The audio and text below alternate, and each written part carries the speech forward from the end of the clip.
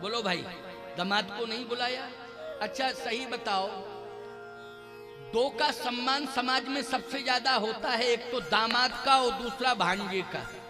बोलो जल्दी बोलो, होता है कि नहीं होता है? सबसे ज्यादा सम्मान जो है दो का ही होता है, दामाद का और भांजे का। होता है कि नहीं होता है? कोई भी घर में कार्यक्रम हो, तुम्हारे छोटा बड़ा दामाद और भांजे दोनों को बुलाते हो कि नहीं? अच्छा बुलाते हो तो सबसे पहले सम्मान करते हो कि नहीं करते हो? लेकिन वो कैसा राजा है दक्ष प्रजापति, जिसने सबको बुलाया लेकिन दामाद को नहीं बुलाया। क्यों नहीं बुलाया? एक बात और सुन लो। सब आए और दक्ष प्रजापति को प्रणाम किए, लेकिन दामाद क्यों करता प्रणाम? जल्दी बोलो भैया। अच्छा एक बात बताओ, ससुर के पैर दामाद छूता है कि दामाद के पैर ससुर छूता है? जल्दी बोलो। ससुर दामाद के पैर छूता है। क्यों? यही परंपरा है कि नहीं? ससुर क्या करता है? दामाद के पैर छूता है। देखो, ना हमारे ससुर है ना हमारे दामाद, तो हमको तो पता ही नहीं है कि कौन किसके छूता है। लेकिन बात सही है, क्यों है नहीं? बात सही है कि ससुर ही दामाद के पैर छूता है, क्योंकि उसने अपनी बेटी का हाथ थमा दिया है। बोलो थमाया कि नहीं? और बेटी और दामाद के दोनों के पैर पूजे हैं। पूजे कि नहीं पूजे?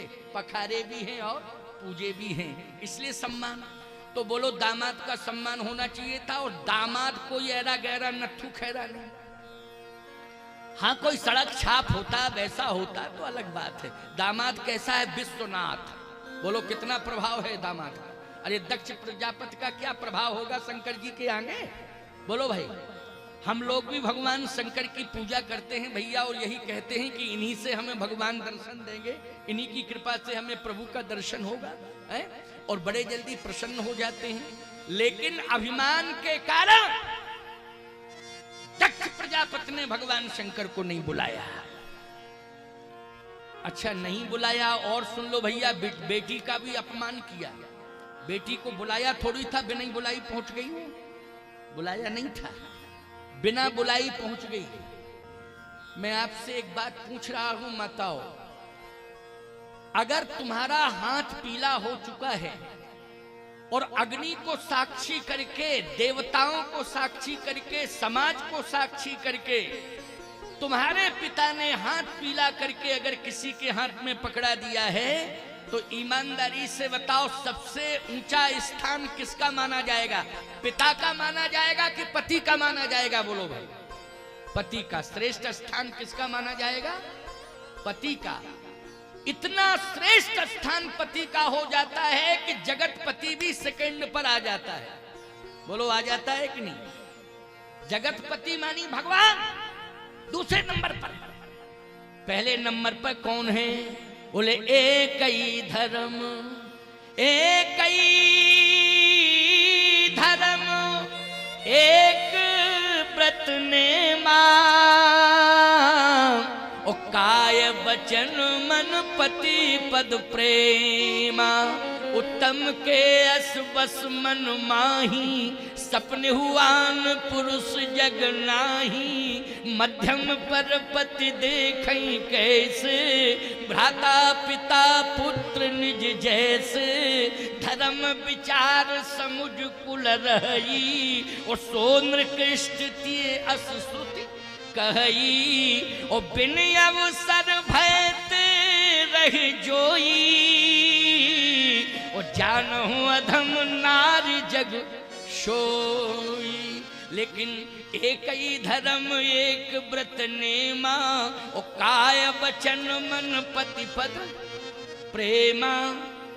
एक ही धर्म है, एक ही नियम है, एक ही व्रत है, मन वचन कर्म से अपने पति को मानना और समर्पित रहना।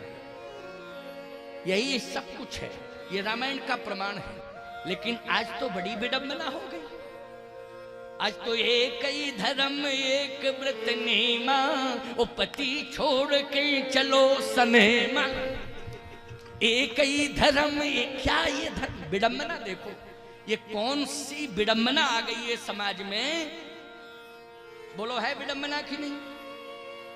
एक बात और सुन लो कान खोल करके, अगर हम भगवती सीता का पाठ पढ़ा रहे हैं, अनसुईया जी ने ये शिक्षा भगवती श्री जानकी को दी है, बोलो दी है कि नहीं दी है? चित्रकूट की सभा में एक ही धर्म एक व्रत नेमा, काय वचन मन पतिपद प्रेमा। लेकिन आपने विचार किया कभी? अनसुईया जी कह रही हैं कि सीता ये तुम्हारा धर्म है, लेकिन सीता जी को पति कैसे मिले? पति तो ऐसे मिले जो जगत नियंता हैं, जगदाधार हैं, जगदीश्वर हैं, अखिल ब्रह्मांड नायक हैं, बोलो हैं कि नहीं? ऐसे पति मिले, बोलो मिले कि नहीं मिले? और उन्हीं को हम कहते हैं भगवान राम, बोलो कहते हैं कि नहीं कहते? हम इस बात को मानते हैं कि आज का पति जगदाधार नहीं हो सकता है, आज का पति जगत नियंता नहीं हो सकता है, लेकिन आज का पति श्री राम के चरित्र को स्वीकार करके राम के चरित्र पर चलने वाला तो हो सकता है। जो राम के चरित्र पर चलता है उसका विशेष सम्मान समाज में भी होता है और उसकी पत्नी का भी गौरव बढ़ता है, बोलो बढ़ता है कि नहीं बढ़ता है? इसलिए पतियों को चाहिए कि राम जैसा चरित्र अपनावें। जो रामायण में श्री राम जी की परंपरा है उस परंपरा को स्वीकार करें, उसी परंपरा पर चलें, बोलो चलें कि नहीं? तो सीधी सी बात यह है कि पत्नी अगर सीता, तुम चाह रहे हो कि मेरी पत्नी सीता बन जावे, तो पहले तुम्हें राम बनना पड़ेगा, बोलो बनना पड़ेगा कि नहीं? पहले तुम्हें राम बनना पड़ेगा, तभी तुम्हारी पत्नी सीता बन सकती है। लेकिन तुम सोच रहे हो कि हमें सीता जैसी, सीता माता के चरित्र का अनुसरण करने वाली पत्नी मिल जाए। क्यों भाई? सीता जी के चरित्र का अनुसरण करने वाली पत्नी मिल जाए, अगर ये तुम्हारे मन में परिकल्पना है तो बोलो तुम्हें राम के चरित्र को स्वीकार करना पड़ेगा। लेकिन सोच रहे हो सीता जी के चरित्र को मानने वाली पत्नी मिले सीता जैसी और हम बने रहें खरदूषण, तो बोलो ये निभ पाएगा क्या? ये चल पाएगा? इसलिए दोनों सुधार करो, अपना अपना करो सुधार। हम बदलेंगे युग बदलेगा, हम सुधरेंगे युग सुधरेगा। सभी में परिवर्तन लाने की जरूरत है, अपने आप को परिवर्तित करने की जरूरत है, चरित्र के निर्माण की जरूरत है, चरित्र का सुधार करना है। चरित्र निर्माण के लिए ही राम कथा का आयोजन किया गया है।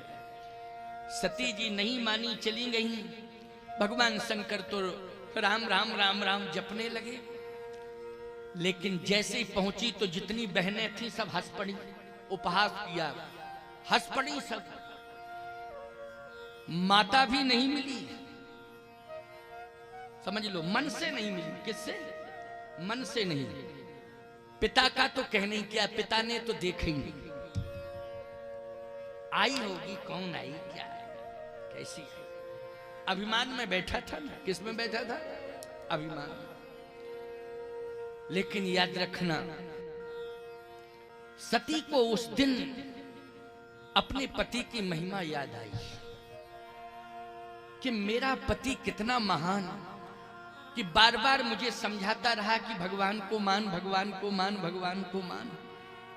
लेकिन मैं पिता के चरित्र से प्रभावित थी और पिता ने जो मुझे संस्कार दिए थे उन्हीं संस्कारों से मैं प्रभावित बनी रही, और परिणाम ये हुआ कि परम पिता भी नहीं मिला और पति भी नहीं मिला, और आज पिता भी मुझसे दूर हो गया। बोलो हो गया कि नहीं?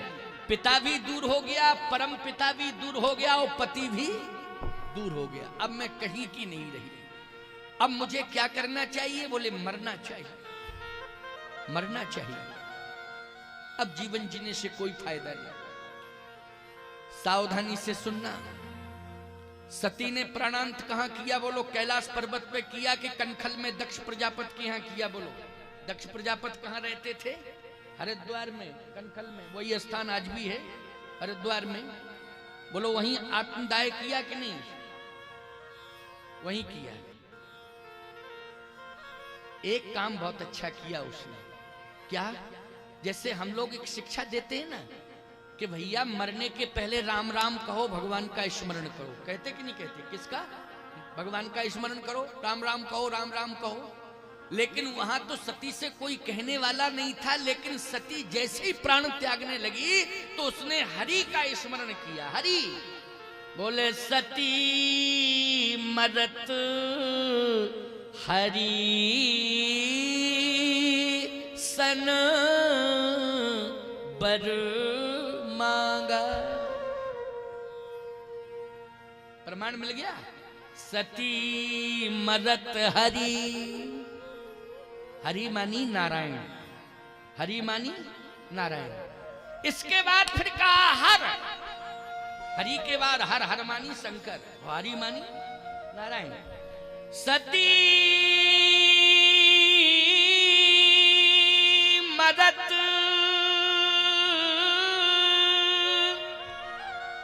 हरि सन बर मांगा। ओ जन्म जन्म शिव पद अनुरागा। हे यज्ञ भगवान, हे नारायण, हे हरि, मैं अपनी भूल को स्वीकार कर रही हूं और आज मैं प्राणांत कर रही हूं, लेकिन इस प्रार्थना के साथ कि अगले जन्म में मुझे भगवान शंकर ही पति के रूप में मिले। जन्म जन्म शिव पद अनुरागा, भगवान शंकर मुझे पति के रूप में मिले, लेकिन पिता के रूप में दक्ष नहीं मिले। दक्ष नहीं मिलना चाहिए पिता के रूप में। पति भगवान शंकर हो, लेकिन पिता दक्ष ना हो। तो यज्ञ भगवान ने कहा एक बात बताओ, पहले मिलता है पिता, बाद में मिलता पति? नियम क्या है? बोलो नियम क्या है? पहले कौन मिलता है? जल्दी बोलो। पति तो मिलता है, लेकिन पहले पिता मिलता है तब पति मिलता है। क्या पहले पति फिर पिता? ऐसा तो नहीं है। उल्टी गंगा बहती कहीं नहीं। गंगा सागर से गंगा जी कहां जाती है? गंगोत्री में। कि गंगोत्री से गंगा सागर जाती है? सीधी गंगा बहती है गंगोत्री से गंगा सागर, गंगा सागर से गंगोत्री नहीं जाती। एक मास्टर साहब पढ़ा रहे थे क्लास में बच्चों को, बच्चों गंगोत्री से गंगा जी चली और प्रयाग में रह गई। तो एक शास्त्री का बेटा पढ़ रहा था, उसने कहा मास्टर साहब हमारे पिताजी ने तो हमको ये बताया था, वो भागवत की कथा कहते हैं, उन्होंने बताया था कि प्रयागराज से गंगा जी यमुना जी को लेकर के, सरस्वती जी को लेके, संपूर्ण नदियों को लेकर के गंगा सागर चली गई। ये मुझे कथा में बताया था उन्होंने, लेकिन आप तो कह रहे कि गंगोत्री से चली और प्रयाग में रह गई गंगा। बोले तुम मूर्खो, नहीं जानते हो, तनख्वाह बढ़ेगी तो गंगा बढ़ेगी नहीं, प्रयाग ही में रहेंगे। बोलो भाई, तनख्वाह सरकार बढ़ावे तब वो गंगा जी को बढ़ाएंगे, नहीं तो वहीं रखेंगे गंगा। सीधी सी बात यह है, जीवन में हमें समझना पड़ेगा पिता के बिना पति कैसे मिल सकता है। तो पिता नहीं मिलेगा, कहे पिता तो मिले लेकिन दक्ष जैसा ना मिले। फिर कैसा मिले ये बताओ? यज्ञ भगवान ने कहा पहले ये बताओ कैसा मिले। कुछ लोग शंका कर रहे होंगे कि महाराज जी एक बात समझ में नहीं आ रही, क्या? जब भगवान को मान नहीं रही है, देख रही है, फिर भी नहीं मान रही, तो वहां पिता के यहां भगवान का स्मरण कैसे करने लगी? पिता, ये सत्संग का प्रभाव है, ये सत्संग का प्रभाव है, याद रखना। सती गई थी सत्संग सुनने की नहीं गई थी, सुनी नहीं कथा, ये अलग बात है, लेकिन गई थी कि नहीं गई थी तो असर पड़ गया। जैसे तुम नल पर जाओ पानी भरने के लिए और हाथ में ले जाओ घड़ा और घड़ा रख दो उल्टा और फिर नल चलाओ। अच्छा एक बात बताओ, जिंदगी भर चलाते रहो घड़ा भरेगा? जिंदगी भर नल चलाओ लेकिन घड़ा भरेगा? नहीं भरेगा। क्यों? उल्टा रखा है, नहीं भरेगा। लेकिन एक बात आपको बताएं, घड़ा भरेगा नहीं लेकिन घड़ा ठंडा तो हो ही जाएगा। क्यों? भरेगा नहीं लेकिन असर होगा कि नहीं होगा? पानी का असर होगा। क्या असर होगा? भरेगा नहीं लेकिन ठंडा हो जाएगा। ऐसे ही कथा में आ जाओ आप सब। भले ही एक सोचो कि कथा समझ में नहीं आ रही है, भले ही तुम्हारी समझ में कथा नहीं आ रही है, लेकिन कथा अपना असर जरूर करेगी, जरूर करेगी, जरूर करेगी, अपना असर करेगी कथा, याद रखना। कहीं ना कहीं कथा कभी न कभी तुम्हारे जीवन के लिए आधार बन जाएगी। जैसे सती के लिए आधार बन गई कथा कि सती मरत हरिशन वर मांगा, मरने के पहले भगवान का स्मरण किया। बोलो किया कि नहीं किया स्मरण? और पिता का त्याग किया। बोलो किसका त्याग किया? पिता का त्याग किया। इसलिए किया कि अगर इस पिता ने मुझे कथा सुनने के संस्कार दिए होते तो आज मेरी ये विडंबना नहीं होती, लेकिन कथा के संस्कार नहीं दिए इसलिए विडंबना हुई। तो ऐसा पिता मुझे नहीं चाहिए। यज्ञ भगवान ने कहा कैसा पिता चाहिए? सती ने कहा जो शीतल स्वभाव वाला हो। स्वभाव कैसा होना चाहिए? शीतल स्वभाव। अस स्वभाव कहाँ सुने न देखे, कहे खगेश रघुपति समलेख। को रघुवीर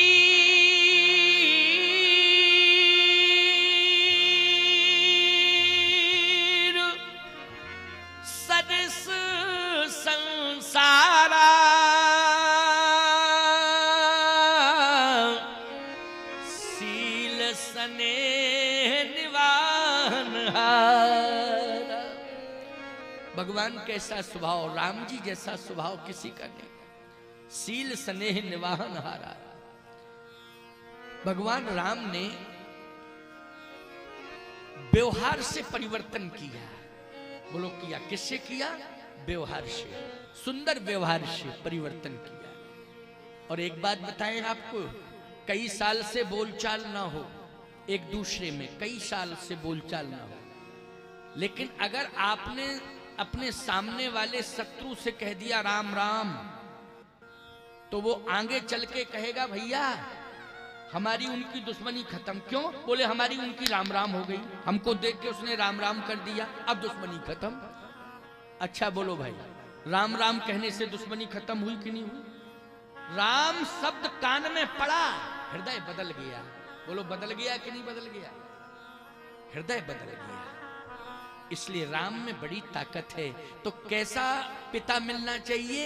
सती जी ने कहा शीतल स्वभाव वाला, और बोले अचल प्रतिष्ठित हो। अचल प्रतिष्ठित, प्रतिष्ठा जिसकी समाज में अचल हो, मतलब ऐसा चरित्र होना चाहिए कि कभी उसकी प्रतिष्ठा समाज से जाए ना, हमेशा बरकरार रहे। अच्छा बोलो, जिस पिता की प्रतिष्ठा समाज में बरकरार रहती है उसका पूरा परिवार अपने को गौरवान्वित मानता है कि नहीं मानता है? बोलो गौरवान्वित मानता है कि धन्य है मेरा जन्म ऐसे परिवार में हुआ है कि मेरे पिता का सम्मान हर पल हर क्षण हर जगह होता है। हर पल हर क्षण और हर जगह होता है। ऐसा पिता मुझे मिला, ऐसे परिवार में जन्म लेने का सौभाग्य मुझे मिला। इसलिए मैं कहता हूं कि पिता बनने के पहले संकल्प लो कि हम ऐसा काम करेंगे कि हमारा समाज में सम्मान बरकरार रहे और हमारी संतान जन्म लेने के बाद होश में आए तो अपने को गौरवान्वित महसूस करे कि मैं ऐसे खानदान में पैदा हुआ हूं कि जहां पर हर जगह सम्मान ही सम्मान होता है। बोलो ऐसा अच्छा कार्य करना चाहिए कि नहीं करना चाहिए? ऐसा कार्य करना चाहिए। हमारे बड़े महाराज जी के शिष्य ऐसे ऐसे बैठे, हमारे श्री भगवान दास श्रृंगारी जी महाराज के कई स्थानों का संचालन कर रहे हैं साहब, और इतने परिश्रमी मूर्ति हैं कि कोई स्थान टूटा फूटा रूठा पड़ा है तो जरा सा प्रयास करते हैं और वहां पर आनंद ही आनंद बरसा देते हैं। देखिए गोरा खुर्द में महाराज श्री बैठे हैं, वयोवृद्ध संत श्री महंत राम बालक दास जी महाराज। श्रृंगारी जी को चुना तो आज बोलो कितना सुंदर गेट महल बन रहा है कि नहीं बन रहा है? बोलो भाई देखने जाओ, दर्शन करने जाओ। श्री देव रमन जानकी जी महाराज का दर्शन करने जाओ, कितना भव्य दिव्य जो है बन रहा है मंदिर। हमारे त्यागी जी बैठे हैं, अभी अभी पता चला कि जंगल में मंगल कर दिया, बड़ी विशाल यज्ञशाला बन रही है। बोलो बन रही, बहुत बड़ी दिव्य यज्ञशाला, भव्य यज्ञशाला। और कई बार दूरभाष पर और सिंगारी जी महाराज से कह चुके हैं कि जगत गुरु जी का समय दिला दो, यज्ञ कराना है, समय दिलाओ, समय दिलाओ। और आज भी समय की चर्चा चल रही थी कि समय किसी तरह मिले। मैं भगवान से प्रार्थना करता हूं कि इतनी विशाल यज्ञशाला बन रही है, ठाकुर जी मुझे सामर्थ्य दें कि बार बार त्यागी जी कह रहे हैं तो ये शरीर उनके यज्ञ में भी समय दे। ठाकुर जी से मेरी प्रार्थना, ठाकुर जी से प्रार्थना है। अब कैसे ठाकुर जी दिलवाएंगे, अब ये चर्चा होगी, ठीक है ना। लेकिन आपकी यश कीर्ति सुनकर के प्रसन्नता हुई। हमारे बगल में ही बैठे हैं, क्या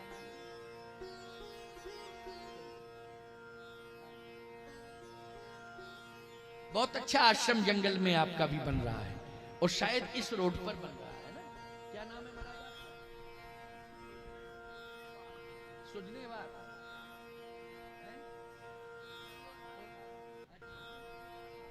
दादाजी का स्थान सुजनेवार दादाजी का है, सौजनेवार। जो भी हो भाई, आप लोग क्षेत्र के हो, जानते हो। मुझसे मात्रा घट बढ़ रही है, डंडा मात्रा, तो वो सब तुम्हारा विषय है नहीं। अब महाराज बैठे हैं, दर्शन कर रहे हो आप, बड़े सुंदर संत हैं। प्रयास और परिश्रम, देखिए मैं एक ही बात कहता हूं, साधु सेवा धर्म हमारा, काम न दुनियादारी से। हमारा धर्म क्या है? साधु सेवा करना। हमारा धर्म क्या है? भगवान की सेवा करना। तो साधु सेवा, भगवान की सेवा करने का संकल्प लेकर के ही हम साधु बनते हैं, हम तभी साधु बनते हैं। और याद रखना, जहां पर भी संत सेवा, भगवत सेवा संतों के द्वारा होती है, वहां के क्षेत्रवासियों को पूरा लाभ प्राप्त होता है। प्यारे, होता है कि नहीं होता है? ऐसे ये संत बैठे हुए हैं, जहां जहां भी श्रम और भजन की शक्ति लगा दी, वहां पर जो है आनंद ही आनंद हो गया। दर्शन दे रहे हैं हमारे श्री भगवान दास जी महाराज, श्री राम बालक दास जी महाराज। तो कहना ही क्या, ये तो इस घोर कलिकाल में ये समझ लीजिए, इनका दर्शन आपको हो गया है, भगवान का दर्शन हो गया है। क्योंकि इतनी आयु तो कलयुग में मिलती ही नहीं है। क्यों भाई? मिलती नहीं।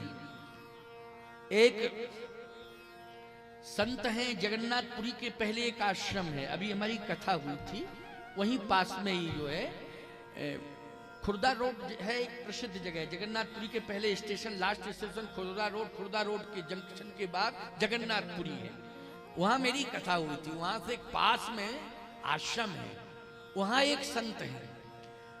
तो बोले महाराज जी बहुत उम्र है उनकी। हमने कहा लगभग कितनी उम्र है? बोले 100 वर्ष से ज्यादा हो गए। हमने कहा अच्छा, तो फिर आश्रम में रहते? बोले हाँ। करते? हमने कहा करते क्या है? बोले महाराज जी 35 साल से तो पड़े ही हैं, उठे ही नहीं। हमने कहा भैया तो प्रणाम तो है उनको, लेकिन 35 साल से वो पड़े हैं तो फिर क्या? बोले हम लोग जाते हैं, सेवा करते हैं, वहां 2-4 संत रहते, सेवा करते हैं, बस गंगा जी का जल पीते हैं और थोड़ा सा गाय का दूध पी लेते हैं और बस लेटे रहते हैं, पड़े रहते हैं। तो हमने कहा 100 से उम्र तो ठीक है, लेकिन पड़े तो रहते ही हैं, चलते फिरते नहीं हैं। लेकिन आज मुझे ये कहने के लिए मिल गया और हमें इस बात का गर्व हो रहा है कि 100 साल नहीं, 109 वर्ष की आयु हो चुकी है और चल फिर रहे हैं, चाहे जितनी दूर तक चले जाएं, और अपनी क्रियाओं को अपने हाथ से कर रहे हैं। बोलो भाई, अपनी क्रियाओं को अपने हाथ से कर रहे हैं। 109 वर्ष की आयु हो गई है। ये प्रत्यक्ष रूप से उदाहरण देखने को मिल रहा है ना, प्रत्यक्ष रूप से आप देख रहे हैं, उदाहरण में क्या दूं, देख तो रहे हो। इसलिए ऐसे ऐसे संत जो है आपके इस क्षेत्र में हैं, ये बहुत गौरव की बात है। तो आए, सती जी ने कहा मुझे ऐसी जगह पर जन्म देना जहां संत ही संत रहते। सती कह रही है, इसलिए ये चर्चा हो रही। सती क्या कह रही? यज्ञ भगवान मुझे राजाओं के यहां पैदा मत करना। तो यज्ञ भगवान ने कहा कि नहीं, राजा के यहां तो तुम्हारे जाने का योग है, तो ऐसा राजा मिले जो संतों की सेवा करता हो और संत उसके आसपास रहते हो, ऐसा राजा। एक मस्त कह दिया यज्ञ भगवान ने कि जाओ मैं वरदान देता हूं कि तुम्हारा जन्म हिमांचल के यहाँ होगा, पर्वतों के राजा होंगे और हिमालय में बड़े बड़े ऋषि मुनि महात्मा तप करेंगे। बोलो कर रहे हैं कि नहीं कर रहे हैं? बड़े बड़े सिद्ध तपोनिष्ठ संत कहाँ तप कर रहे हैं? जल्दी बोलो। हिमालय में, इसलिए उसको कहा जाता है देव भूमि। क्या हिमालय क्या कहा जाता है? देव भूमि। अच्छा बोलो, सती जी का जन्म देवभूमि में हुआ कि नहीं हुआ? देवभूमि में हुआ। कहाँ हुआ है? बोले हिमालय। वैसे देवभूमि में हुआ, हरिद्वार में हुआ था जब सती थी कनखल में। कनखल में दक्ष प्रजापति क्या, वो भी देवभूमि। हरिद्वार बोलो है कि नहीं? तीर्थ है, लेकिन हरिद्वार से भी ज्यादा महिमा मंडित बद्री विशाल का स्वरूप है कि नहीं? बोलो भाई, है कि नहीं? वहां जहां बद्री विशाल भगवान बैठे हैं हिमालय के शिखर में, वहीं केदारनाथ भगवान हैं, वहीं बद्रीनाथ भगवान हैं। बोलो है कि नहीं? और बड़े बड़े संत महात्मा वहां तपस्या कर रहे हैं, तप कर रहे हैं। सती जी ने कहा बस ऐसी जगह भेजना जहां संत रहते हो। क्यों? वहां जन्म होगा तो संतों के संस्कार मिलेंगे। क्या मिलेंगे? अच्छा बोलो, तुम लोग धन्यवाद के पात्र हो कि नहीं? ऐसी जगह पर जन्म लिया है कि जहां संत रहते हैं। बोलो ये संत तुम्हारे आसपास सब रहते हैं। बोलो ये सौभाग्य है कि नहीं? ये सौभाग्य है। इसलिए माताओं, जितनी संख्या में तुम बैठी हो सब पार्वती के रूप में हो, सब पार्वती हो, पार्वती हो। लेकिन अपने पति को महादेव समझना। क्या समझना? हाँ, तब हम पार्वती कह रहे। पति को क्या समझना? महादेव। आप कहो महाराज महादेव तो शंकर जी हैं। शंकर जी के गुण भगवान से प्रार्थना करो कि मेरे पति में आ जाए। शंकर जी से प्रार्थना करो और भगवान शंकर से कि मेरे पति में आपके गुण आ जावे। एक बात बतावें, शंकर जी इतने सरल हैं कि तुम प्रार्थना करोगी तो सुनेंगे कि नहीं सुनेंगे? बोलो सुनेंगे। साधारण से साधारण की बात सुन लेते हैं। तो माताएं तो सबसे ज्यादा सबसे जल्दी जगती हैं, स्नान करके शंकर जी पे एक लोटा जल चढ़ाती हैं। अच्छा बोलो भैया, एक लोटा जल चढ़ाती हैं कि नहीं चढ़ाती हैं? जनवरी की ठिठुरती ठंडी में, अभी तो कड़ाके की ठंडी आने वाली है जनवरी में, सबसे पहले स्नान करेंगी और शंकर जी को जल चढ़ाएंगे। ये धार्मिकता तुम्हारे अंदर। शंकर जी से प्रार्थना करना कि आप कृपा करके हमारे पति में ऐसे गुण सद्गुण दे दो, है ना? सती जी ने क्या कहा? शंकर जी पति के रूप में मिले, लेकिन पिता ऐसा मिले जहां संत ही संत रहते हो। उन संतों के बीच में मुझे संस्कार अच्छे मिले। जाओ, आशीर्वाद है। ऐसे हैं हिमांचल। बोलो हैं हिमांचल के नहीं? गंभीर हैं, अचल प्रतिष्ठित हैं। पर्वतों के राजा कौन हैं? पर्वतों के राजा हैं हिमांचल जी। सती जी का दोबारा जन्म हुआ, कहाँ हुआ? हिमांचल के यहाँ हुआ। क्या बन के प्रकट हुई? पार्वती बन के प्रकट हुई। और जैसे ही पार्वती बन के प्रकट हुई, ऐसा वातावरण कि तपस्या करने के लिए बैठ गई। क्या करने के लिए बैठ गई? तपस्या करने के लिए बैठ गई। बोलो ये वातावरण का असर है कि नहीं? किसका असर है? जल्दी बोलो। वातावरण का असर है। तपस्या करने बैठ गई, होश आया और तपस्या शुरू। ईमानदारी से बताओ, तुम्हारे बच्चे को होश आवे और बीड़ी पीना सीखे वो सीधा, तो बोलो तुम्हें रोना आ जाएगा कि नहीं आ जाएगा? बताओ, इतनी छोटी उम्र में होश आया तो सीधा बीड़ी पीना सीख गया, सिगरेट पीना सीख गया।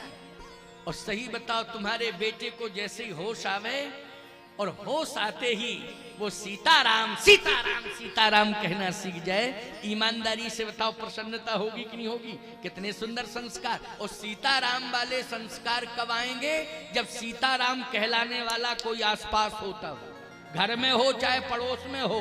बोलो वातावरण सीताराम का होना चाहिए, तभी तुम्हारे बच्चे को होश आएगा। चाहे बेटी हो चाहे बेटा हो, तभी सीताराम और राधे श्याम कहेंगे। आपके गांव गांव में हरे राम राम राम हरे हरे, हरे कृष्ण कृष्ण कृष्ण हरे हरे, ये कीर्तन गूंजता रहता है प्यारे। हर गांव में कीर्तन होता है, ये वातावरण को शुद्ध करने के लिए।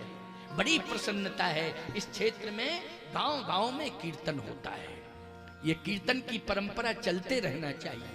और कीर्तन के साथ साथ राम कथा की परंपरा भी टूटना नहीं चाहिए। कीर्तन होता रहे, क्योंकि राम नाम संकीर्तन और राम कथा ये दो ही तो आधार हैं। पार्वती जी ने तपस्या करना शुरू किया।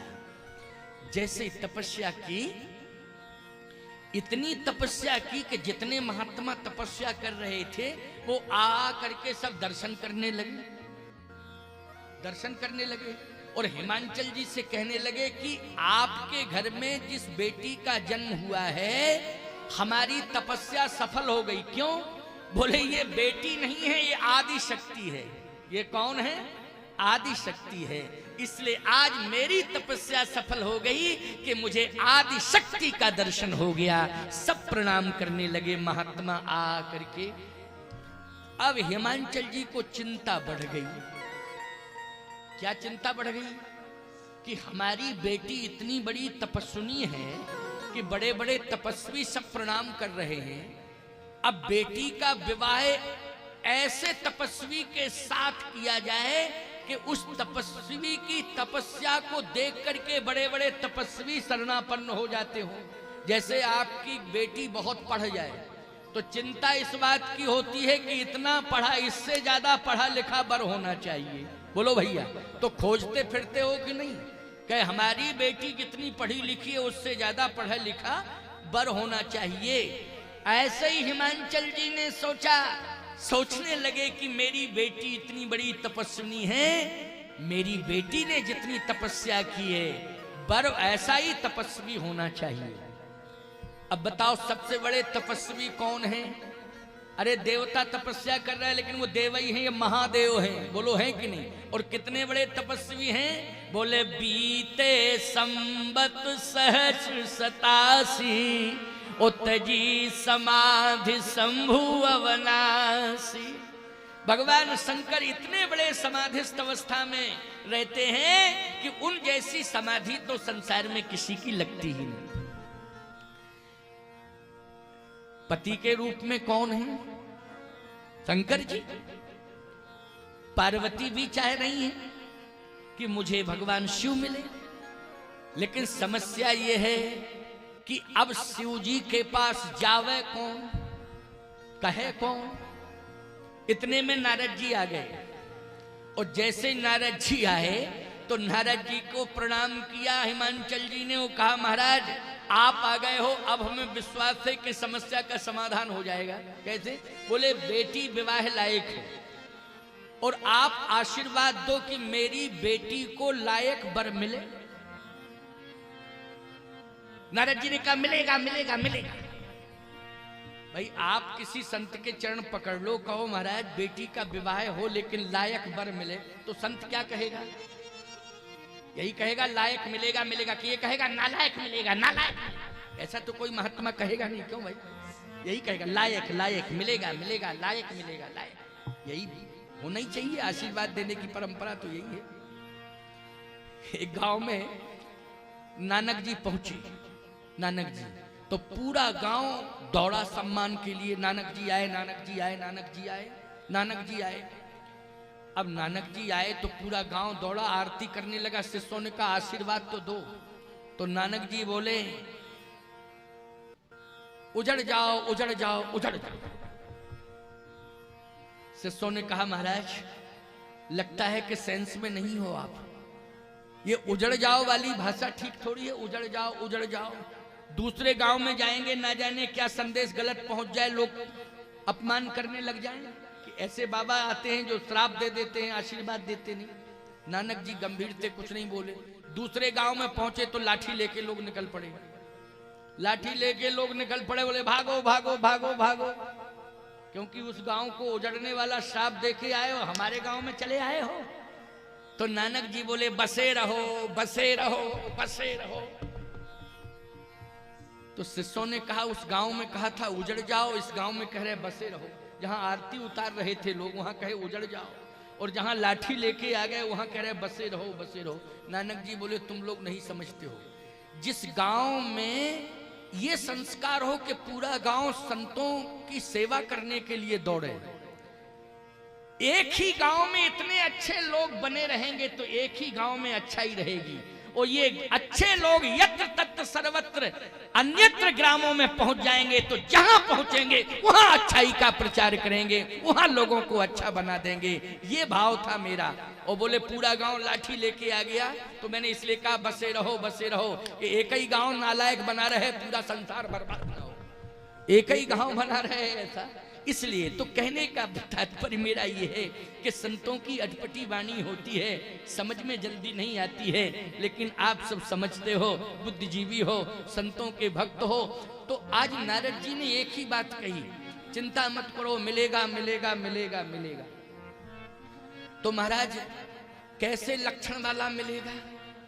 बोले जोगी जटिल अकाम, जोगी जटिल अकाम, नगन अमंगल भेष, अस स्वामी यही कह मिले, परी हस्त यस रेख। जोगी जटिल आकाम, नगन अमंगल भेष। अब माथा पकड़ लिया हिमांचल जी ने। बोले महाराज अमंगल भेष, अच्छा बोलो भाई, दूल्हे का मंगल भेष होता है कि अमंगल? जल्दी बोलो। मंगल भेष होता दूल्हे का? होता है कि नहीं होता है? सिर पर मुकुट होता है, चंदन लगा होता है, सुंदर गजरा पहने होता है, विष्णु का स्वरूप होता है। बोलो किसका? विष्णु भगवान का स्वरूप होता है कि नहीं होता है? जिस गांव में पहुंचता है पूरे गांव में भ्रमण कराया जाता है, लोग आरती उतारते कि नहीं उतारते? बोलो भैया, परंपरा तो यही है। इसलिए मैं कहता हूं अच्छे लक्षण लेके जाओ कि आरती उतरे, ऐसी कंडीशन में मत जाओ कि लोग लाठियां भागने लग जाए, है ना। इसलिए सुंदर वातावरण बना करके जाना चाहिए। हिमांचल जी ने कहा अमंगल भेष, हाँ, नगन अमंगल भेष, अस स्वामी यही कहाँ मिले, परिहस्त यस रेख। अस स्वामी, ऐसा स्वामी मिलेगा। माथा पकड़ लिया, आंसू आ गए। नारद जी बोले घबराओ नहीं, घबराओ नहीं। तुम्हें मालूम है कि संसार में ऐसा भेष किसका है?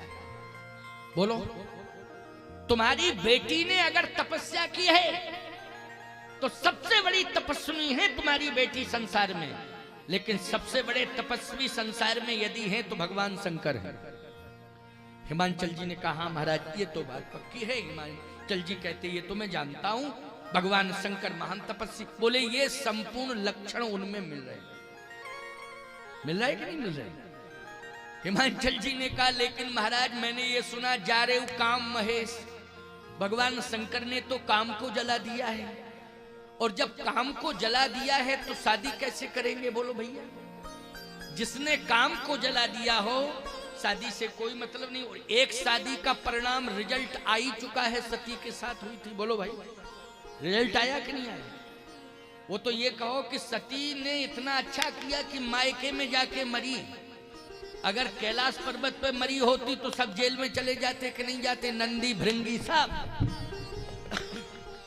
यही तो होता है।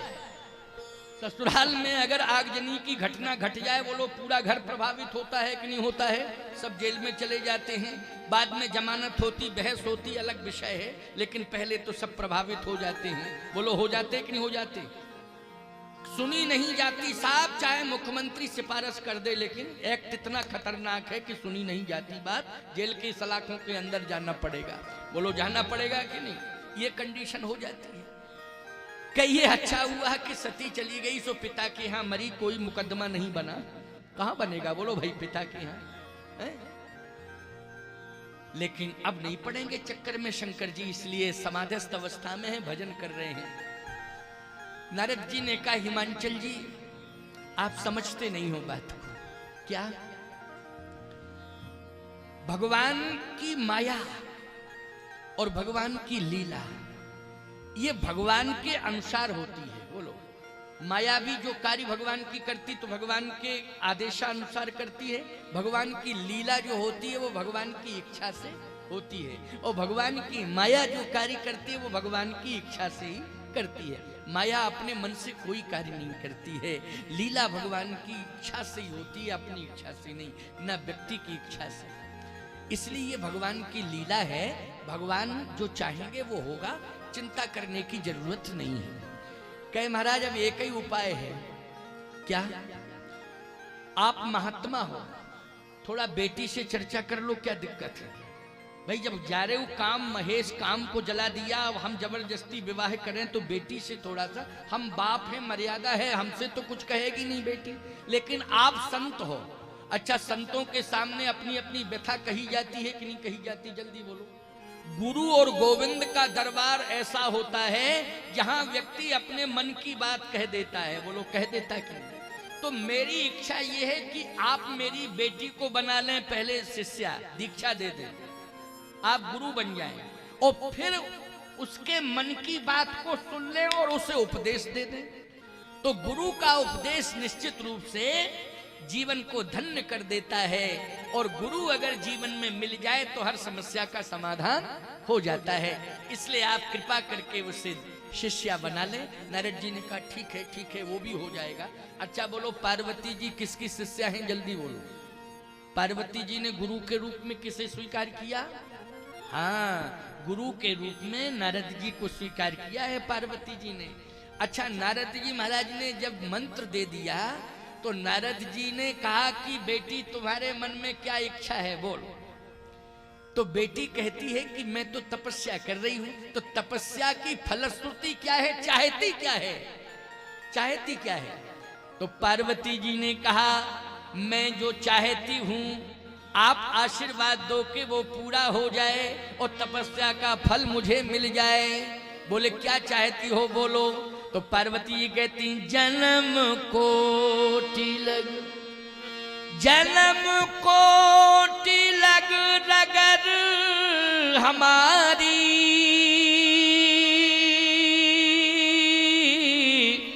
ओ बरों संभूनत रहूं कुंवारी।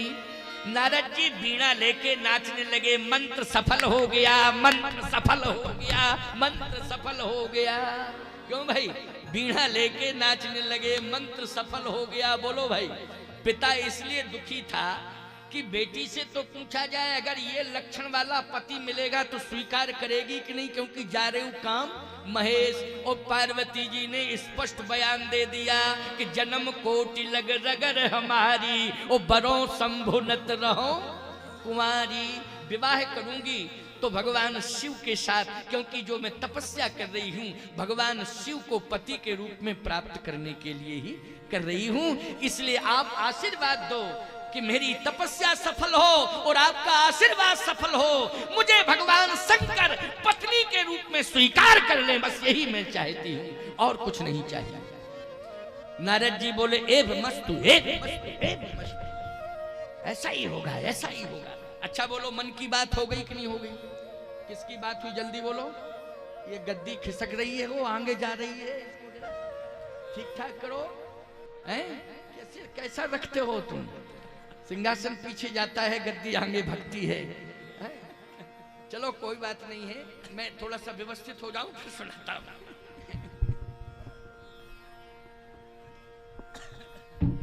चलिए आइए, कोई बात नहीं, आनंद लो। कल से इसको ठीक रखना है। हाँ भाई, पता ही नहीं वो आगे बढ़ रही थी, मैं पीछे जा रहा था। आओ सुनो, आनंद लो। एव मस्तु, एव मस्तु, एव मस्तु, ऐसा ही होगा, ऐसा ही होगा। अब धीरे से हिमांचल जी ने कहा थोड़ा सा बता दीजिए कि काम को जला दिया है। किसको जला दिया है? काम को जला दिया है। नारद जी ने कहा बेटी एक बात बताओ, तू तपस्या तो कर रही है भगवान शिव को प्राप्त करने के लिए, लेकिन उन्होंने तो काम को जला दिया है। पार्वती जी ने कहा काम को जलाया तो कर क्या रहे हैं? कहे बैठे बैठे राम राम राम राम राम राम राम राम, क्या जप रहे हैं? राम राम राम राम राम राम। आंखों में आंसू आ गए। कहा गुरुदेव भगवान, पार्वती उसी का वर्ण करेगी जो काम से दूर हो गया हो और जो राम के पास पहुंच गया हो, पार्वती उसी का वर्ण करेगी। जिसने काम को दूर कर दिया हो और राम को स्वीकार कर लिया हो, पार्वती उसी का वर्ण करेगी। ईमानदारी से बताओ, तभी तो जगत जननी बनी। क्या बनी वो? जगत जननी। ये संस्कारों का परिणाम है कि नहीं? जल्दी बोलो। ये संस्कारों का परिणाम है। बोलो, वासना दूर हो गई कि नहीं हो गई? संस्कार, जहां वातावरण अच्छा होता है वहां वासना प्रवेश नहीं करती है। इसलिए मैं कहता हूं, हमारी बेटी हो चाहे हमारा बेटा हो, घर का और आसपास का वातावरण राममय बना देना प्यारे, जिससे घर घर में पार्वती का जन्म हो और घर घर में शिव का जन्म हो। बोलो भाई, वातावरण कैसा होना चाहिए? राममय होना चाहिए। वातावरण राममय होना चाहिए। और एक बात और, क्योंकि इस समय 4:07 हुआ है, अभी मैं आधा घंटे और बोल दूंगा, ठीक है ना भाई? 4:30 बजे का मैंने कहा था, लेकिन 2-4 मिनट लेट हो गया। मैं ही आने में लेट हो गया, आप लोग भी थोड़ा लेट ही हुए थे। आए तो बहुत अच्छी संख्या है, कल से बहुत ज्यादा संख्या, और संख्या तो अब बढ़ती ही जाएगी, समझ रहे हो कि नहीं? ये संख्या तो बढ़ती जाएगी, चिंता मत करना। आपके बैठने की समुचित व्यवस्था बना दी जाएगी, लंबी बिछायत कर दी जाएगी, आनंद से बैठ के श्रवण करना, कहीं कोई दिक्कत वाली बात नहीं। मौसम इतना अच्छा है, इतना अच्छा है कि इस मौसम में धूप पसंद है सबको। बोलो, है कि नहीं? क्या पसंद है? धूप पसंद है। बोलो, है धूप पसंद कि नहीं? अच्छा, एक बात बताओ, हम धूप अगर दिला दें तो अच्छा है कि पानी बरसा दें तो अच्छा है? धूप अगर दिलाएं आपको तो अच्छा है। बोलो भाई, वाटर प्रूफ पंडाल है, पानी का कहीं कोई असर नहीं होगा। लेकिन ईमानदारी से बताओ, ठंडा वातावरण असर करेगा कि नहीं करेगा? और धूप देखो, भगवान की कितनी बड़ी कृपा है, धूप बहुत सुंदर खिली है। बोलो, खिली है कि नहीं खिली है? इसलिए आनंद मिलेगा। प्रतिदिन जो है प्रकृति आपके साथ होगी, राम की कथा आपके साथ होगी, और राम की संस्कृति के साथ साथ राम की प्रकृति भी आपके साथ होगी। ये प्रकृति भी आपका साथ दे रही। वातावरण बहुत सुंदर है। आज पार्वती जी ने कहा, बरो शंभुनत रहो कुंवारी। हिमांचल जी ने कहा, आप पधारे, हमारा संकट दूर। आधा 50% समस्या का समाधान मिले, 50% आधी समस्या का समाधान हुआ, क्योंकि बेटी तैयार हो गई और समाधान मिल गया। लेकिन जिसके साथ विवाह होना है वो तैयार है कि नहीं? आप ही कृपा करो, आप ही बात करो। हमारी तो हिम्मत नहीं है कि हम जाएं शंकर जी से प्रार्थना करें, और जैसे हम कहें कि बेटी के लिए आया हूं विवाह आपके साथ, और त्रिशूल उठा के दौड़े कि पहले विवाह में क्या स्थिति हुई थी, फिर चले आए तुम विवाह के लिए दोबारा, त्रिशूल लेके दौड़े, तो हम क्या करेंगे? इसलिए आप ही जाओ, क्योंकि आप ऐसे महात्मा हो कि जहां भी आप पहुंचते हो, वीणा की तान सुन करके बड़े बड़े लोग अपने हथियार डाल देते हैं। बोलो, डाल देते हैं कि नहीं? बड़े बड़े शत्रु हथियार डाल देते हैं। नारद जी नारायण नारायण नारायण नारायण करके पहुंचते हैं। बोलो, ये विशेषता है कि नहीं नारद जी में? इसलिए महाराज, आपकी वीणा की तान को सुन करके हिमांचल जी कहते हैं, परिवर्तन भगवान शंकर में जरूर होगा, और आप कृपा करके इतनी कृपा और कर दें, दया कर दें तो काम। नारद जी बोले, देखो मैं जा रहा। नारद जी शंकर जी के पास पहुंच गए। कहां? हिमालय के शिखर पर पहुंच गए नारद जी।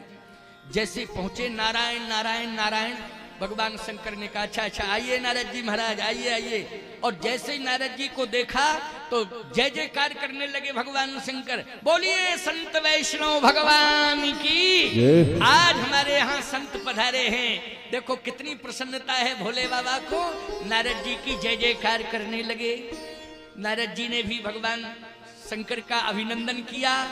भगवान शंकर ने कहा, संत वैष्णव भगवान की जय। नारद जी बोले, हर हर महादेव, हर हर महादेव, हर हर महादेव।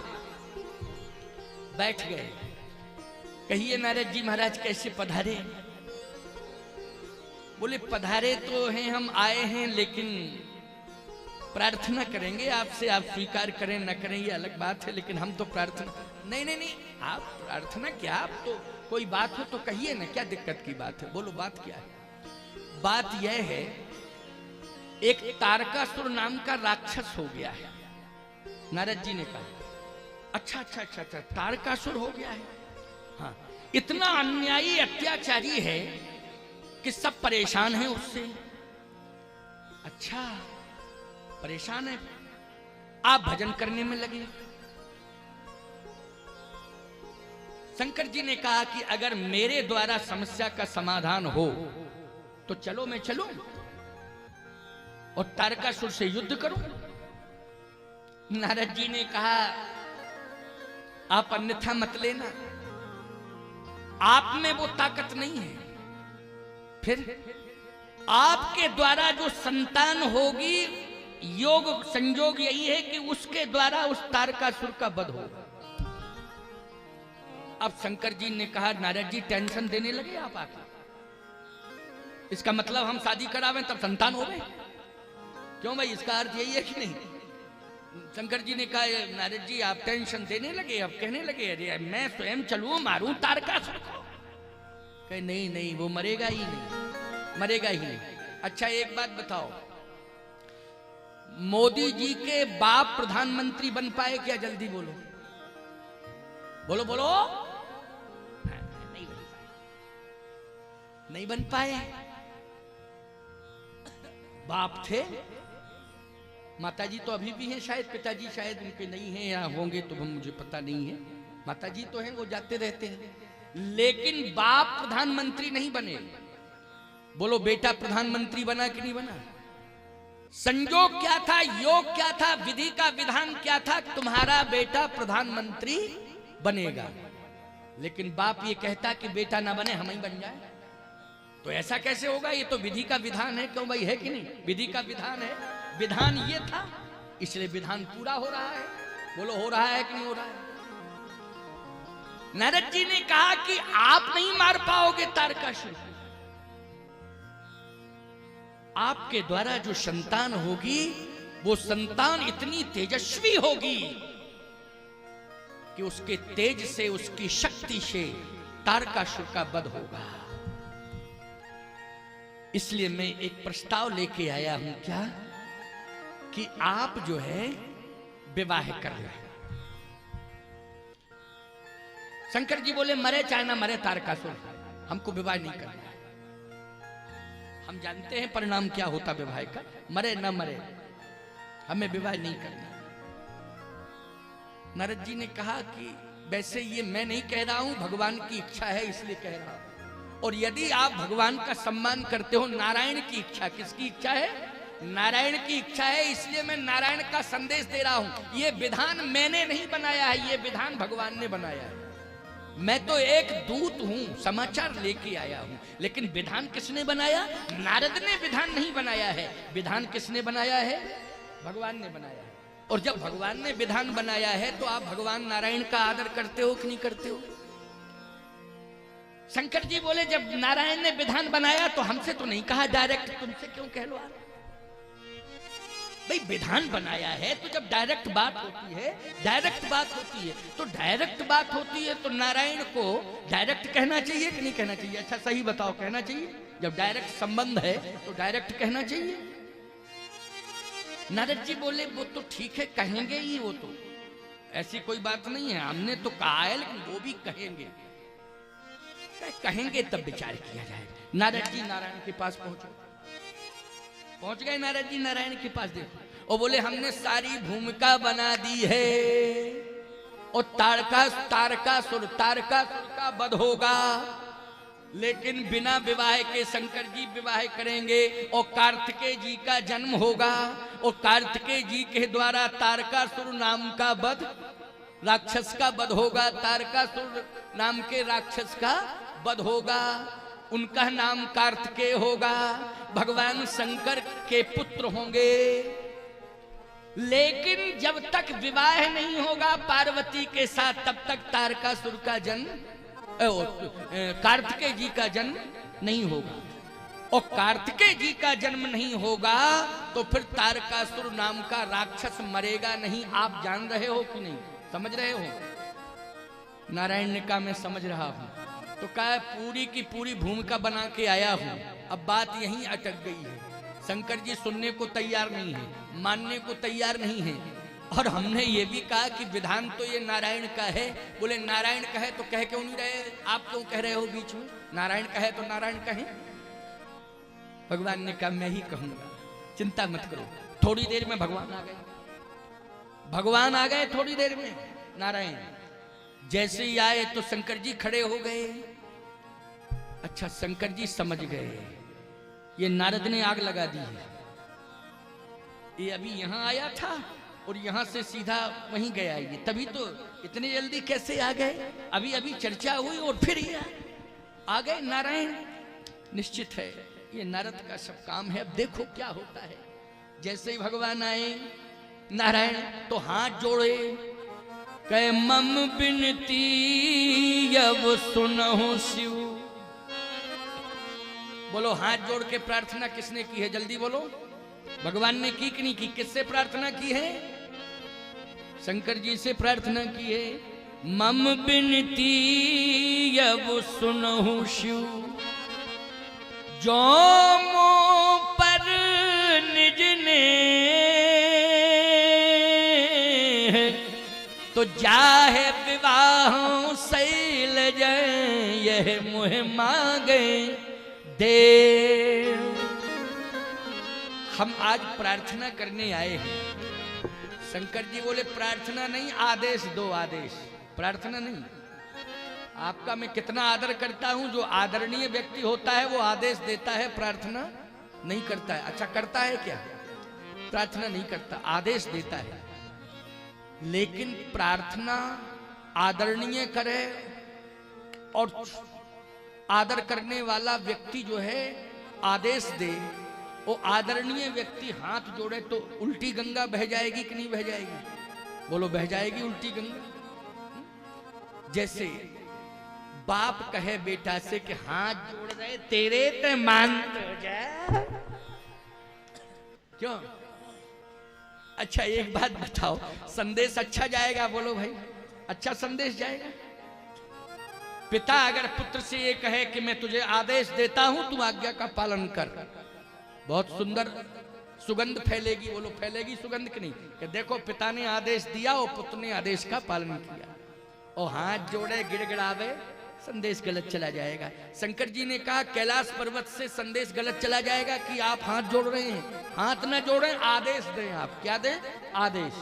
तो भगवान नारायण ने कहा आदेश है कि जाहे विवाहों शैलजा, यह मुह मांगे देव। आदेश यही है कि आप हिमांचल की बेटी शैलजा मानी पार्वती से विवाह करें, ये मेरी आज्ञा है। भगवान शंकर ने कहा आपकी आज्ञा का उल्लंघन नहीं कर पाऊंगा, पालन ही करूंगा, पालन करूंगा, क्योंकि आपकी आज्ञा है। लेकिन मेरी एक प्रार्थना है। क्या प्रार्थना मेरी ये है कि विवाह की व्यवस्था कौन देखेगा? व्यवस्था भगवान ने कहा व्यवस्था मैं देखूंगा, आपको कुछ नहीं करना है, मैं व्यवस्था देखूंगा, लेकिन विवाह आपको कराना है। शंकर जी बोले ठीक है, आपकी आज्ञा शिरोधारी है। व्यवस्था में तुरंत इंद्र से कहा भगवान ने, वहीं से कैलाश पर्वत से ही कहा नारायण ने इंद्र से। इंद्र तुरंत जो है हाजिर हो गया, हाथ जोड़ के आ गया, खड़ा हो गया। हाँ प्रभु, आदेश आदेश ये है कि जितने देवता हैं सब बराती बन के आएंगे। 33 करोड़ देवता सब बराती बन के आएंगे। और कह रहे हैं भगवान विष्णु शंकर जी से, विवाह बहुत हुए हैं लेकिन 33 करोड़ किसी के विवाह में नहीं पहुंचे। बोलो पहुंचे? अरे आवाहन किया है, देवताओं का पूजन हुआ है, अदृश्य रूप में रहे। बोलो रहे कि नहीं? दिखाई नहीं दिए हैं, पूजन हुआ है, आवाहन हुआ है। जहां विवाह होता है वहां देवताओं का आवाहन किया जाता है, लेकिन दिखाई देते हैं। बोलो, और 33 कोट अगर प्रकट हो जाए तो बोलो भाई संभालने में दिक्कत आ जाएगी, समस्या खड़ी हो जाएगी। भगवान नारायण ने कहा लेकिन जितने देवता हैं सब बराती बन करके आएंगे और सब जाएंगे। कहे महाराज आज्ञा शिरोधार्य। शंकर जी से कहा इतने बराती किसी के विवाह में नहीं गए जितने आपके में जा रहे हैं। और हिमांचल जी के यहां बड़े बड़े संत तपस्या कर रहे हैं, लाखों की संख्या में तपस्या कर रहे हैं। कौन? संत कर रहे हैं। लेकिन याद रखना, जब 33 कोट देवता पहुंचेंगे तो बोलो हिमांचल का गौरव बढ़ेगा कि नहीं बढ़ेगा? जल्दी बोलो। कि संत और देवता दोनों यहां दिखाई दे रहे हैं। यानी स्वर्ग का वैभव फीका, और बैकुंठ से उतर के नारायण स्वयं जाएंगे बारात में, तो बोलो बैकुंठ का भी वैभव फीका पड़ गया। सब कुछ हिमांचल के यहां ही सब कुछ दिखाई देगा। हिमांचल भी प्रसन्न हो जाएंगे, सब बराती बन के जाएंगे जितने देवता हैं। ठीक। ब्रह्मा जी से कहा कि आप विवाह पढ़ने आएंगे। अच्छा सही बताओ, ब्रह्मा के विधान के अनुसार पंडित विवाह तो पढ़ते हैं, लेकिन ब्रह्मा खुद नहीं जाते किसी के यहां पढ़ने? बोलो जाते हो तो बता दो जरा। ब्रह्मा के विधान के अनुसार विवाह की रीति पूर्ण की जाती है, लेकिन ब्रह्मा जी खुद जाते हैं। लेकिन शंकर जी के विवाह में विवाह पढ़ने के लिए कौन गए? जल्दी बोलो। ब्रह्मा। बोलो गए कि नहीं गए? कितनी बड़ी बात है, ब्रह्मा जी विवाह पढ़ने जा रहे हैं, और इंद्र जो है बारातियों को, देवताओं को साथ ले जा रहा है बाराती बना के। आहा,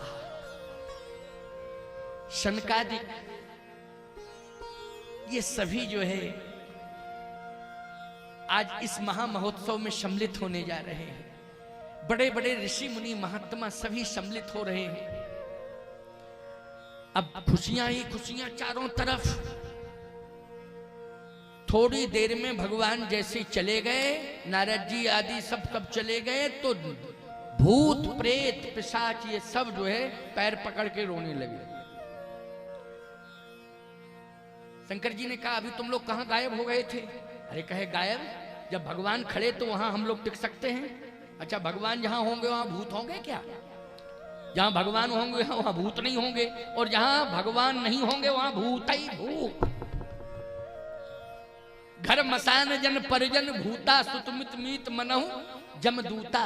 भगवान गए तभी अयोध्या के लिए लिखा है कि नहीं लिखा है? और जब भगवान आए थे, जन्म लिए थे अयोध्या में, तो सब विधि पुरी मनोहर जानी और सकल सिद्ध प्रद मंगल खानी। भगवान के आने से अयोध्या मंगल की खानी बन गई थी। लेकिन भगवान जब बन चले गए तो जितने भी अयोध्यावासी और जितने घर थे, गोस्वामी जी कहते घर मसान जन परिजन भूता सुत मित मीत मनहु जम दूता।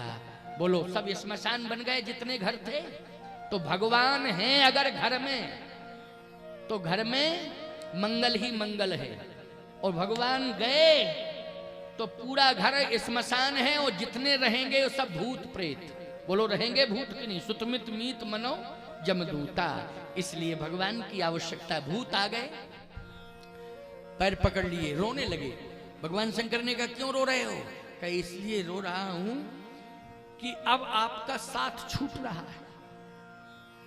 क्यों क्यों छूट रहा है साथ? क्या बात है बोलो। भूतों ने कहा हम सोच रहे थे कि विवाह में हम लोगों को कोई ले नहीं जाता है, और पहले से देवी देवताओं से प्रार्थना की जाती कि इन भूत प्रेतों को नहीं आने देना, रोकना, कोई बाधा ना आने पावे। तो हम लोग तो कोसों दूर रहते हैं। बोलो रहते हैं कि नहीं रहते? सबसे पहले देवताओं को मनाया जाता, प्रसन्न किया जाता, कोई यादि व्याधि भूत प्रेत ये न सता पावे, परेशान न करें, इनसे बचाना, यही प्रार्थना की जाती है ना। लेकिन मैं सोच रहा था, हम सब भूत सोच रहे थे क्या, कि जब हमारे भोले बाबा का विवाह होगा ना, तो हम लोग सब जो है सीना तान के आगे आगे चले, क्योंकि हमारे हाई कमान की शादी, हाई कमान की शादी है। हम सीना तान के चलेंगे, फिर किसी की हिम्मत नहीं होगी कि हम लोगों को हटा दे। बात तो सही है, क्यों? बात सही है कि नहीं? जल्दी बोलो। शंकर जी के विशेष दूत हैं कि नहीं? जल्दी बोलो। शंकर जी के विशेष पार्षद हैं ये कि नहीं? बोलो। सेवा में लगे रहते हैं चारों तरफ कि नहीं? और शंकर जी के विवाह में अगर इनको दूर कर दिया जाए तो बोलो इनको कष्ट होगा कि नहीं होगा? कष्ट होगा। ये नियंत्रित कब रहते हैं? जब शंकर जी को तुम लोग प्रसन्न करते हो ना, तो भूत प्रेत अपने आप नियंत्रित रहते हैं कि मेरे स्वामी का स्तवन, स्वामी का पूजन हर घर में हो रहा है, इसलिए जिस घर में मेरे स्वामी का पूजन हो रहा है उस घर को हम कभी परेशान नहीं करेंगे, उस घर में कभी किसी भी प्रकार की कोई ऐसी व्याधि उत्पन्न नहीं होने देंगे। भूत प्रेत दूर रहते हैं अपने आप। इसलिए शिव अभिषेक करें विधि नाना। हमेशा हर घर परिवार में ये नियम था कि वर्ष में एक बार शिव अभिषेक होता था। बोलो होता था कि नहीं? एक शिव अभिषेक होता था भैया। अगर शिव अभिषेक आज महंगाई में नहीं करा पा रहे हो तो कम से कम हर घर का प्राणी एक लोटा जल तो भगवान शंकर को दे ही सकता है। बोलो प्रतिदिन दे सकता है कि नहीं दे सकता है? इतनी परंपरा से तो जुड़े ही रहना तुम। तुम्हारे घर में किसी भी प्रकार की भूत प्रेत की व्याधि नहीं रहेगी। भगवान शिव को अगर नित्य प्रति एक लोटा जल चढ़ाते रहोगे, इस परंपरा का निर्वाह करना। कहीं तुम्हें पीर पैगंबर के पास जाने की जरूरत नहीं पड़ेगी, कहीं पीर पैगंबर अली के यहाँ जाने की जरूरत नहीं पड़ेगी। बजरंग बली तुम्हारे घर की रक्षा करते रहेंगे। बस भगवान शंकर को एक लोटा जल चढ़ाते रहना। प्यारे शंकर जी कहने लगे चिंता मत करो, हमारे साथ रहोगे, हम तुम्हारे साथ रहेंगे। भूतों ने कहा अगर भगवान विष्णु रहेंगे तो हम कहां रहेंगे फिर? मंगल भवन अमंगल हारी। शंकर जी ने कहा बातचीत कर लेंगे, उसमें क्या दिक्कत की बात है भाई? बातचीत में अगर समाधान मिल जाएगा तो ठीक है, परेशान क्यों हो रहे हो? तुरंत भगवान का स्मरण किया। भगवान ने कहा क्या चाह रहे हो, बोलो कोई बात है क्या? कहे हाँ कुछ बात है, परामर्श। तो बोले मैं नारद जी को भेज रहा हूं।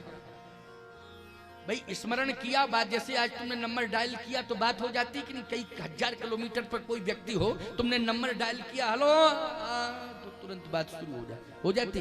वैसे ही उस समय स्मरण किया और बातचीत का क्रम शुरू हो जाता था। भगवान शंकर ने स्मरण किया। भगवान नारायण ने कहा हाँ भोले बाबा क्या बात है? कोई बात हो तो बताओ। हाँ बात है प्रभु। क्या बात है? बोलो बोलो बोलो। बात यह है कि कुछ चर्चा ऐसी करनी थी। अच्छा अच्छा तो मैं नारद जी को भेज रहा हूं, अभी भेजता हूं। नारद जी से कहा कि आप जाइए, देखिए क्या समस्या है। नारद जी पहुंच गए। हाँ बताएं बोले बाबा क्या बात है? बात यह है कि कुछ हमारा संदेश भगवान को सुनाना और सुना के ये कहना कि ये स्वीकार कर लें जो मेरी व्यवस्था है। क्या? कुछ मेरे लोग हैं जो मेरे साथ चलेंगे, बाकी भगवान जिनको ले जाना चाहते ले जाएं, नारायण की इच्छा है, नारायण व्यवस्थापक। लेकिन कुछ पर्सनल मेरे लोग हैं जो मेरे साथ हमेशा आगे पीछे रहते हैं, वो मेरे साथ चलेंगे। नारद जी ने कहा कोई बात नहीं, आप अपने लोगों को लेकिन नाम बता दो तो हम नाम नोट करके बता देंगे कि इतने नाम और जोड़ दिए जाएं लिस्ट में, इतने नाम जोड़ दिए जाएं। नाम बता दो आप और नाम लेकर के हम जाएंगे। वो कह देंगे महाराज ये लिस्ट में नाम जोड़ दिए जाएं, ये शिव जी की इच्छा है। शंकर जी ने कहा तो लिखो भूत प्रेत पिशाच डाकनी शाकनी। नारद जी बोले ये जाएंगे सब? शंकर जी बोले हाँ ये तो जाएंगे, ये हमारे विशेष गण हैं, इनको कैसे मैं छोड़ दूं? नारद जी ने कहा एक बात बताओ बोले बाबा, एक गांव में एक भूत पूरे गांव को परेशान करता है और जहां गांव में भूतों की बारात पहुंच जाए उस गांव की क्या दशा होगी? थोड़ा सोचना पड़ेगा। शंकर जी बोले देखो भाई, भगवान की इच्छा से सब काम हो रहा है, पूरी व्यवस्था लगेगी, लेकिन यदि हमारे लोग हमारे साथ नहीं जाएंगे तो विवाह कैंसिल है, दूसरा दूल्हा चुन लो। हम तो दूल्हा नहीं बनेंगे। भाई पूरी बात हम मान रहे, लेकिन हमारी बात थोड़ी सी मानी जाए। हम सारी बातें तो प्रभु की मानने को तैयार हैं, लेकिन कुछ हमारी भी पर्सनल बातें हैं, वो मैं व्यक्त कर रहा हूं, व्यवस्था दे स्वीकार करना पड़ेगा।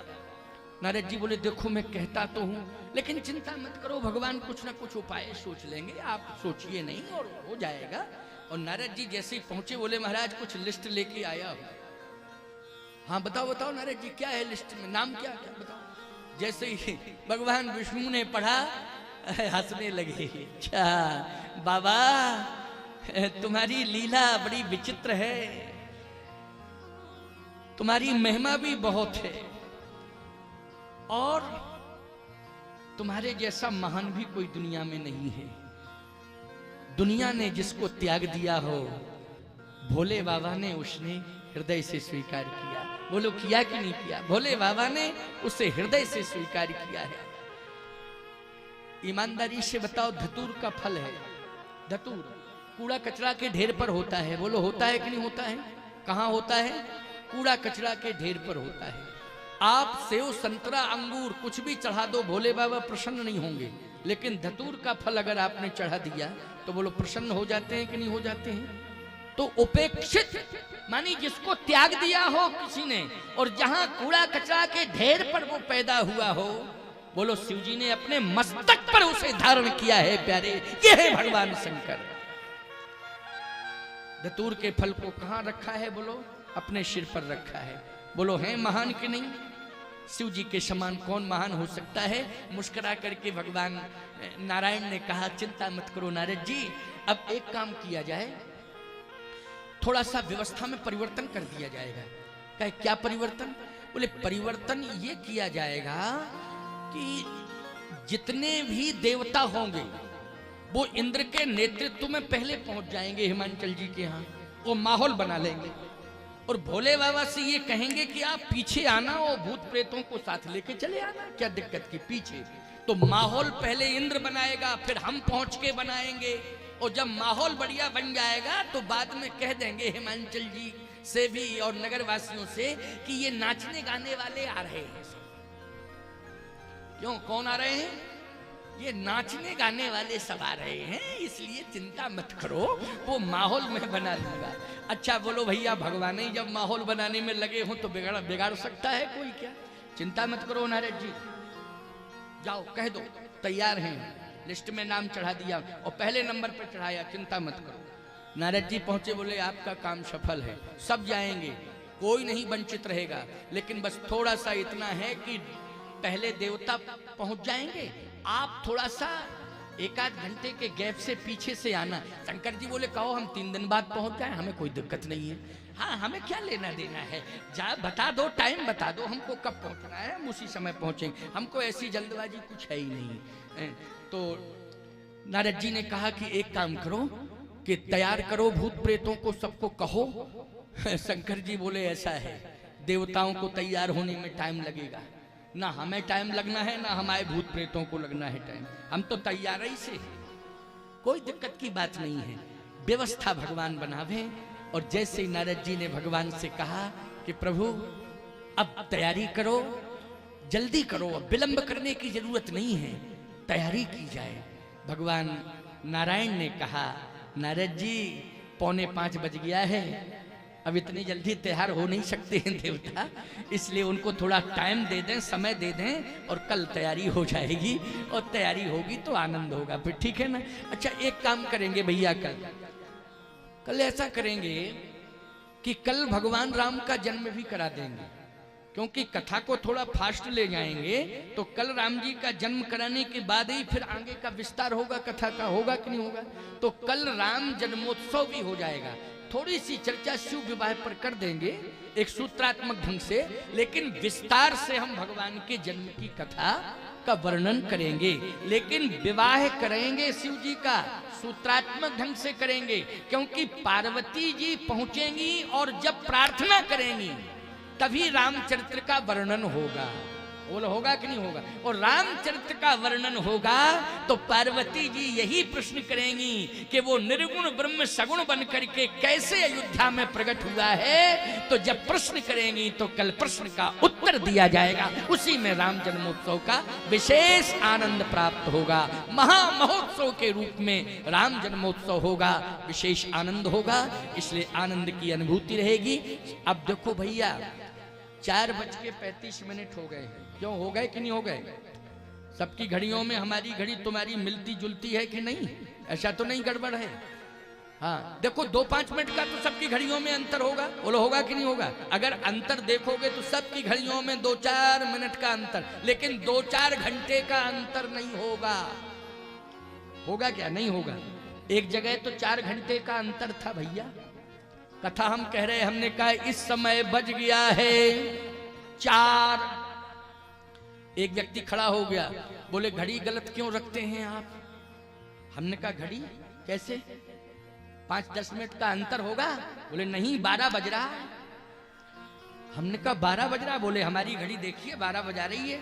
हमने कहा भैया इतने लोग बैठे हो बताओ, तो किसी ने 1 मिनट कम 4, किसी ने 2 मिनट कम 4, ऐसे तो बताया। मैंने कहा कि 1-2 मिनट का अंतर पड़ रहा है, लेकिन 4 घंटे का अंतर सीधा। हमारी घड़ी में 4, तेरी घड़ी में 12 बज रहा है। ये बता कहां से मिली है? रेलवे से मिली कि ट्रांजिस्टर से मिली, टेलीविजन से मिली? बोले ससुराल से मिली।